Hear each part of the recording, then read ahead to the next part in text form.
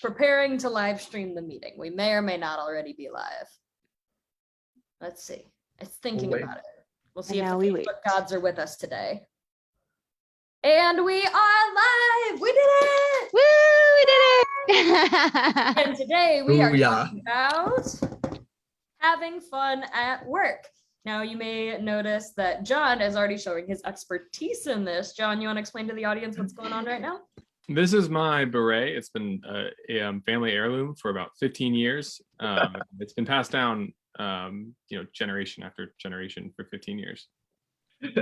15 years of generational passing 15 down. years of generations. That's all. That's all it is. As you can see, it's high tech. It's high tech, so it adjusts depending on the angle you look. I must ask you a few more questions about this generational expediency in your family. Leah, you grew that mustache pretty fast there. I was like, a split second, it was just there. Well, Like a superpower. What can I say? I have a lot of Germanic ancestry. Me too. Me too. Yeah, So, I started 2020 with earlobe length hair, and it is like solidly French braiding length now. It is so real. It is so real. But yeah, we don't have trouble having fun at work around here. That's for darn sure. Nope. It's plentiful. It's good though. It almost makes you feel more productive. Yeah. What was it that you were asking me earlier, Sarah? What is one of your favorite ways that we have fun at work? Yeah, I am really partial to the meme of the day and song of the day channels that we have on Slack, which is news to absolutely nobody in here. But it's always fun, just like when you're cruising around on YouTube or on Spotify and, you find a song that people would like, or you see a meme and you're just like, I have to share this. I have to. So you just save them on your phone and, you just wait for the opportune moment to just share this and everyone's going to laugh. Yeah. We've got a lot of fun with those channels. It's kind of crazy. The most recent one that we just added, because we've had like song of the day and meme of the day for a while, but we recently added icebreakers. And that's really popular. That channel has been doing really, really well with the team recently. There's it's popping. Quite a few two truths and a lie games, as well as some fun puns. So that's just one more thing we're testing out to kind of have some fun at work.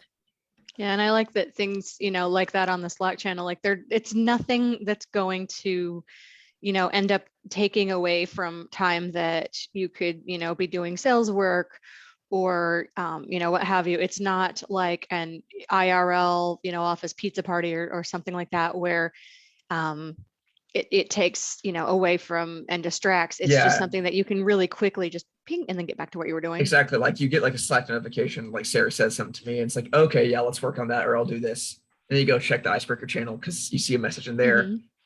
So it's like, it's like you're being productive and having fun at the same time. And it's a good way to like decompress and get to know your teammates without like investing like a full day into it. It's like takes like 5 seconds to look at the channel, like you get a laugh. Yeah, and I really like what Leah was saying, because I know we've probably always had at some point those kind of like stressful social things where it's like, I should be doing this really productive thing right now, and instead I'm trying to pretend I'm not thinking about that productive thing I need to be doing right now. Oh, and then that takes it from like a really fun get to know your coworkers thing to just one more thing you have to check off in your week. And so I think it's really important when you're building these Slack channels or building these routines to, one, make them optional, of course, but also make sure that as much as possible, it's something where people can spend as much time as they want to spend in there. So some people, especially when we just started this Icebreakers channel, there was probably like a solid hour where every second was another Slack notification in that channel, right? It was just absolutely popping off. And now it's kind of chilled out and there's like a few a day and we'll have some threads. But there's no expectation that like you have to respond to everything posted in there. You can, just like check in the channel just for the sake of it not showing up as an unread message in your Slack, or you can go through and respond to everybody. It just depends on what you have going on. Exactly. Yeah, like if you're super busy that day, like you just might not be in the channel as much. Or you might need that channel that much more. Exactly. But like, exactly. Like the channel's there whenever you need it. What do you think, John? What's your favorite way to have fun at work? Oh man, that's a good question. I think the biggest thing is to like also have fun in meetings, because it's easy to like, when you're on your own tasks, just to like, be like, oh, I'll check out meme of the day or whatever, but also like making sure that it's not just like oh, let's open and be funny for like 2 minutes, then let's work, but like let's just like be fun like throughout the whole meeting, and just like there's never a moment that if you think of something that's fun or funny like that, you can't share it. Like always feel free to just be yourself. Yeah. Well, and there's more and more research showing up on this, but it's so important to be able to show up as your whole self at work. And I don't know anyone whose whole self is, hi, I'm Sarah. Let's knock out these ads. Like no one's that robotic, right? Like part of my whole self is that my dogs are ridiculous. And sometimes they jump on my lap and try to climb on my desk in the middle of a meeting. And that's They're just very talkative. reality. They're very talkative, especially Mocha. Goodness gracious. Right now she's distracted trying to talk to the construction people outside. So that hasn't happened this meeting yet, but I can hear her in the other room for sure. And yeah, just really being able to show up as your whole self, I think is important. And part of that is being able to have fun and knowing to ask, like, Connor, when you were still in school, like, hey, how'd that exam go? How's it going? Yeah. Or, hey. Yeah, like checking in on people's lives. Like you guys like knew like I would have a test or a project coming up, it's good to come to work and then your coworkers to like relate to you. Mm-hmm. It's not like you're just walled off. It's not like you show up to work and they're just like, okay, let's get to work. Yep. Well, because it can be really depressing to show up to work and feel like, would anyone even notice if I just wasn't here one day? Like that can be really hard. And so having fun at work can help combat that and make clear like, oh no, they care about me. Like earlier this year, someone in my family was in the hospital and I was in and out a lot. And people were like, hey, how's that family member doing? How's it going? Do you need anything? Do you need to take time off to go take care of them? And it's really, really awesome to be able to be a part of a team where, again, you can show up as that whole self and people remember. Like you are in people's minds, not just as oh yeah, this is the person that does that one thing. And I think also part of having fun at work is like a trust. Mm-hmm. Like you trust that like your employees are going to like also be productive. So like when you're having fun, like you don't feel like you're like wasting time usually per se. Mm-hmm. It's not like, oh, like we're having fun and like no one's going to get anything done today. It's like, no, like we'll have fun for like 10 minutes and I know that everyone's going to go off and like actually get their stuff done. Well, and it makes it better.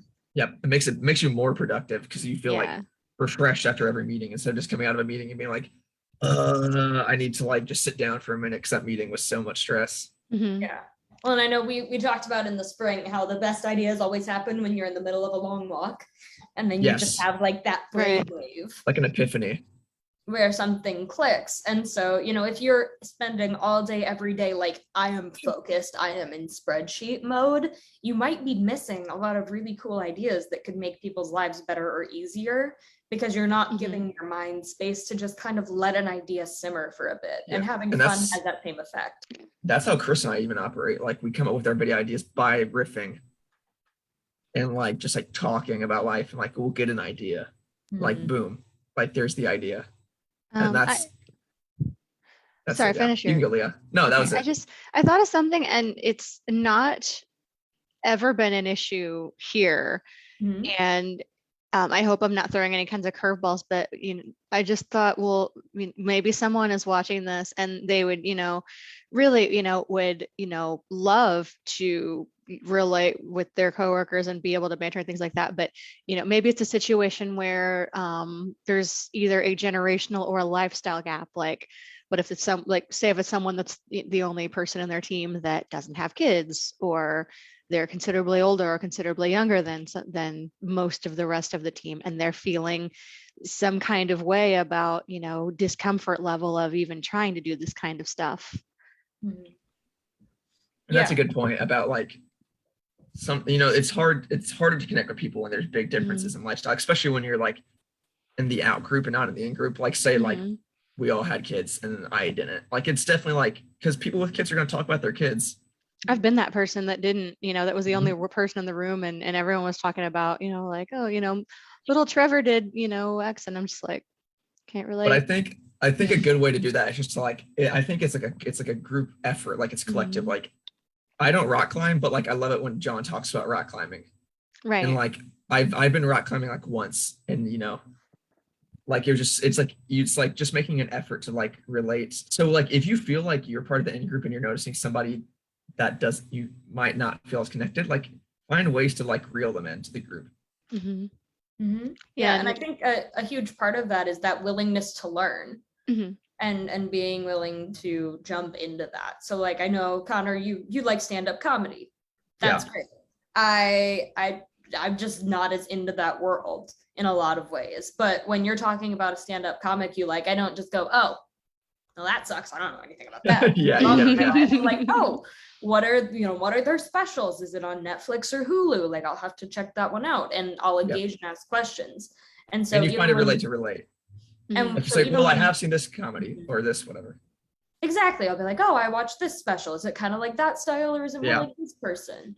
And I think that when you ask people questions, even if you're kind of in the out group, it can hopefully prompt them to ask some questions about you. Like, oh, you don't watch a lot of stand-up comedy. What do you watch? Exactly. Like there's ways to like get them involved into the conversation instead of just blocking them off. Like, oh, you don't listen to stand-up comedy, and then you just leave it at that. It's like, oh, so you don't listen, like what do you like listening to then? Like find a way to make them feel, you know, and it could be, it's, you know, as Leah said, like sometimes it is more difficult. That's just the way of life. Like people are going to be different, but like just making a considerable effort to like find similarities and find common ground, I think is really important. And don't look at someone and say, oh, well, they're a parent and I'm not. Clearly we cannot relate about anything. You know, like there's always going to be differences. There's always going to be things that are different. Being able to say, you know, okay, what do we have in common? Right. And there are some universal truths, like unless they just plain haven't heard it, in which case you can introduce them to it. Things like September by Earth, Wind and Fire. Is there anyone on the planet that can't bond over how awesome that song is? It's an amazing song. Oh my God, we're almost there. There are conversations where it's like music, I feel like is one.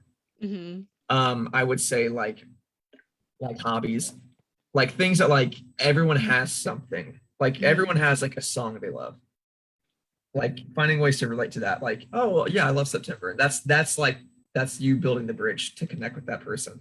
Exactly. Open the door. I think one of my favorite times that one of our fun channels in Slack has really, you know, just gotten a lot of interaction has been the first time we made a group playlist. Oh my gosh. And everyone was just coming in and they were like, oh, there's this and this and this. And we had everything from indie to punk to 80s hair bands. Like there was everything. And that was epic. It was so much fun to be able to see, oh, you know, this person really likes this genre. I wouldn't have expected that. And oh, that's one of my favorite songs too. And seeing people really bond over that was really awesome. We should do that again. That was fun. And then there was like, oh, Leah likes New Wave. Yeah. I'm so surprised. Yeah, we can start that. Oh, Leah, I love New Wave too. Don't worry. I love New Wave. You're not allowed. No, of course. It's just, duh. I was just thinking about that too, because like we have like the black theme going on. So what do? I'm like, I am so ready for this black theme, and then I show up in a pink dress. Like, I'm wearing a black t-shirt right now. I like the theme ideas though too. Kind of gives it this. It reminds me of like my high school didn't do this, but I went to high school games. Each week the game was themed. So there'd be like school spirit week at like the football game, or it'd be like and then you would do like the 70s night or like 70s night, or 80s night. Yeah, you know what I think would be epic is if we did a crazy hair day. Because like shirt day or something. Huh? Or like crazy hair, like crazy shirt, or yeah, I love that idea. That could be because for a while we were joking about doing formal Fridays because we're fairly casual as a remote team. And, you know, instead of casual Fridays, like people will do in an office that's, you know, more business formal, we do formal Fridays and show up in like a tuxedo. So I don't know if we can do that every week, but I bet we could play with that a little bit too. It would be funny. I think we could do it one week. It'd be really funny. It would be funny. I feel like we'd all be trying to like level up. Yeah, outdo each other. Like who can wear the most ridiculously nice outfit? Yeah. How far can we go with this before we've jumped the shark and it's time to call it a day? Well, the thing is like the ceiling for like men's fancy attire is the tuxedo. Unless like in terms of modern fashion, I guess. White coat, white tie. Oh, I guess like a white tux. Mhm. But I guess you could show up in like the most ridiculous fancy outfit would be like a king's attire. You came with like a big red You cape. have like a huge cape. Like in a Canadian crown, tuxedo. a massive. I love the Canadian tuxedo. It's a classic. It's not as formal. It's more Bob Ross. But Right. I definitely have some variations on that in my closet. That would yeah, not be I hard. definitely wear denim on denim all the time. Oh, yeah. I have so much denim and leather. I have multitudes. Heck, You don't because we're, say. like remote company, you could even have like a crazy background day where like everyone went to like a crazy place in their house to like Zoom call from. Yeah, That's a good idea. like Zoom. I don't know. Coming at you live from my linen closet. For my cellar. Right. Like I you- was You're doing gonna that put it on in. Monday. I sent a picture because we had a tornado warning while me and John and Chris had a meeting. And so I sent them a picture of my setup in my basement, and we just like had an air mattress blown up, and the dogs were stressed out because we're never in that part of the house ever. Pretty goofy. And I think the craziest place in this house is my stepkid's room, and I ain't taking you guys in there. I don't know where I would go. I don't think any room in my house is too crazy. Maybe I'd just like be in the bathroom. That'd be pretty funny. Oh no. Or go in the laundry room and just have the laundry machine running so you can't hear me at all when I talk. It'd be more fun if you like went somewhere, like went to like a shop, because like so many places have like internet. Like you could go to like an AT&T store and just like post up in an AT&T store. Yeah, like you're You at like should a buy Best something Buy. while you're there, though. I would feel really bad for those sales reps. or like Yeah. a grocery store or something. I mean, A like, grocery store would be really funny. Oh my God, our freaking here in the local news produce aisle, look station at all the does cucumbers. remotes from random places like the grocery store and stuff, and it's weird. Yeah. No, it's so funny, dude. It is The weirdest I- thing is, have you seen there's like reels and TikToks where people talk about when your boss asks you to turn your camera on and you're like in Target, so you just like zip over to the office section. I have This is not my seen that, desk. That's but I so am funny. Nothing has into changed. this. That is so funny. I never thought of that. Like here, I'm calling That's- from the camping section at the camping section at REI. I Yeah, definitely there have you done go. that like in class. Like I was like, I need to go somewhere, but I had to be in class. like I'm always in here for work. Yeah. I was like, I But, think like- we all have pretty distinctive backgrounds for the Yeah, most we do. part. So imagine if you were on like a sales call with someone at like Target and you like went to Target to go talk about like personalization. They're like, where are you? Like, I'm actually at Target. I'm here, come downstairs. You're like, I'm in the same building as you. I'm at I don't know. headquarters. That could get pretty creepy pretty fast. No, that'd be Maybe weird. They'd be there's like, something better. okay, this conversation's over. Yep. I'm just gonna go over that way. I'm gonna go to the produce section or something. Oh my God, that would be great. We're Now I really bananas wanna- over content. Banana. Now I really, really, really want eventually for there to be like a virtual office or something where it's like, I want you to go to the grocery store near you that you think has the most cucumber products. And we're gonna like do a scavenger hunt in the grocery store. Like, I found a cucumber LaCroix. I found a That would be cucumber." so funny. Everyone at the grocery stores would be like, what is it? Why is this person yelling at their phone? Oh my God. Oh my God. Okay, so true story that is scavenger hunt related. Okay. At one of my previous jobs, well, the name of the company was Adams something, and protecting a little bit of an anonymity there. But yeah, so the one day I'm just working at the at my little desk, and people keep walking into the front door, and they're all like, "We're here for the scavenger hunt." I'm like, what are you talking about? We're here for our office scavenger hunt. Aren't you guys Adams? They said that there would be something at Adams. I'm like, come to find out it was a different, it was Different place. like Adams, casket supply or whatnot. It wasn't us. And it's Casket supply. And I that was is a legitimate business. right. I mean, that Adams is Casket that is Supply close sounds to like what a it home actually Depot. was, but that Favorite wasn't joke what the is- business yeah. actually was. But yeah. Adam's Casket Supply it's like a Home Depot. But imagine like a Home Depot, but just casket supplies. That's a business right there. I mean, that is the Yep. primary economic has to make 'em. thing in Batesville, Indiana. Wow. There's Their markets casket everywhere. factory. Yeah. That's like how in is it More you know. where's Ball State at? It's in Muncie? Muncie. Is it? It's a Yeah, it's like their Muncie. thing is like making mason jars. I did not know that. That's cool. Yeah, like all the mason jars that just say ball on it. Is that where they Yeah. come That's from? where really. That's exactly where they come from. Yep. Oh That's wow. really like- cool. Almost all the mason jars you see are from Muncie, Indiana, like where Ball State is.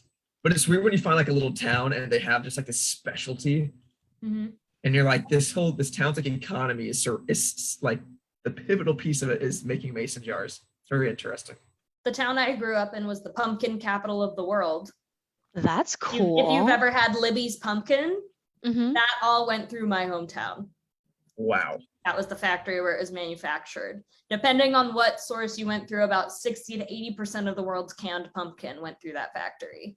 So I probably had some of that pumpkin before. I Probably. got nothing like that. No. Mm-mm. Yeah. The closest thing I've got is not even where I grew up. It's like more like Connor's neck of the woods, was the Yeah. fact that my elementary school music teacher was an extra in the movie A League of Their Own Nice. Oh, okay, yeah, because they filmed that in at my Bossy hometown, Field. Yeah. at Bossy Field. Yeah. No, that's always like a claim to fame for my hometown. Where like they actually filmed part of A League of Their Own. Yeah, no, the scene where John Lovitz is scouting the girls is that's got my elementary school music teacher, Mrs. Clark, is in that scene. That's so Wow. cool. And her husband is too, but he's not as clear in the shot. He was a background extra. She Wasn't important. was like enough, I right guess. next to Lovitz too, man. It was Wow. crazy. Celebrity. I have a friend Right? who was in the first Divergent movie when they were filming it in Chicago. Wow. Yep. He was in Candor first, and then they had him be Uh-huh. part of Divergent. Or not Divergent, So- part of the Dauntless fact. He was in both. They put him in both. Yeah, in different scenes. Hmm. That's interesting. But there's only just- like one shot from the back where you can tell like that's him. And so he has it screenshotted and he's like, that's me. I was there. That's See, this is awesome. exactly the thing though. Like, yeah, this, all this little known stuff we've been working together. I've been working with you guys for a year. I didn't know this. Yeah. See, it's like, yeah, you just talk to people and you get to know little things about them. There's always something new to learn about somebody. And that's why it's Actually- important to have chill meetings like this where we can go on tangents and we can have fun. It doesn't always have to be, agendas are great. Like we've talked Yeah. before about how we have the CRAP acronym for our marketing meetings. And Yeah, those we are have fun agendas. too. They're important to have a rhythm, but it's also important to have space to just kind of riff and learn some new fun facts about your favorite movies. And you will not forget, the important thing if you associate it with something funny or interesting. Yeah, it's like you just tie a memory or something, remember remarkable about it, and it helps you remember it, I guess, distinguishes it. That's why we use crap A. That's it. 'Cause it's so- Crap, the scrappy method, the whole thing. The whole Yep. 9 yards. It's all very memorable. All right. Is there anything else we want to leave our audience with today? All right. fun. On that happy note, drop a comment and let us know how you have fun at work. We'll see you next week. See ya.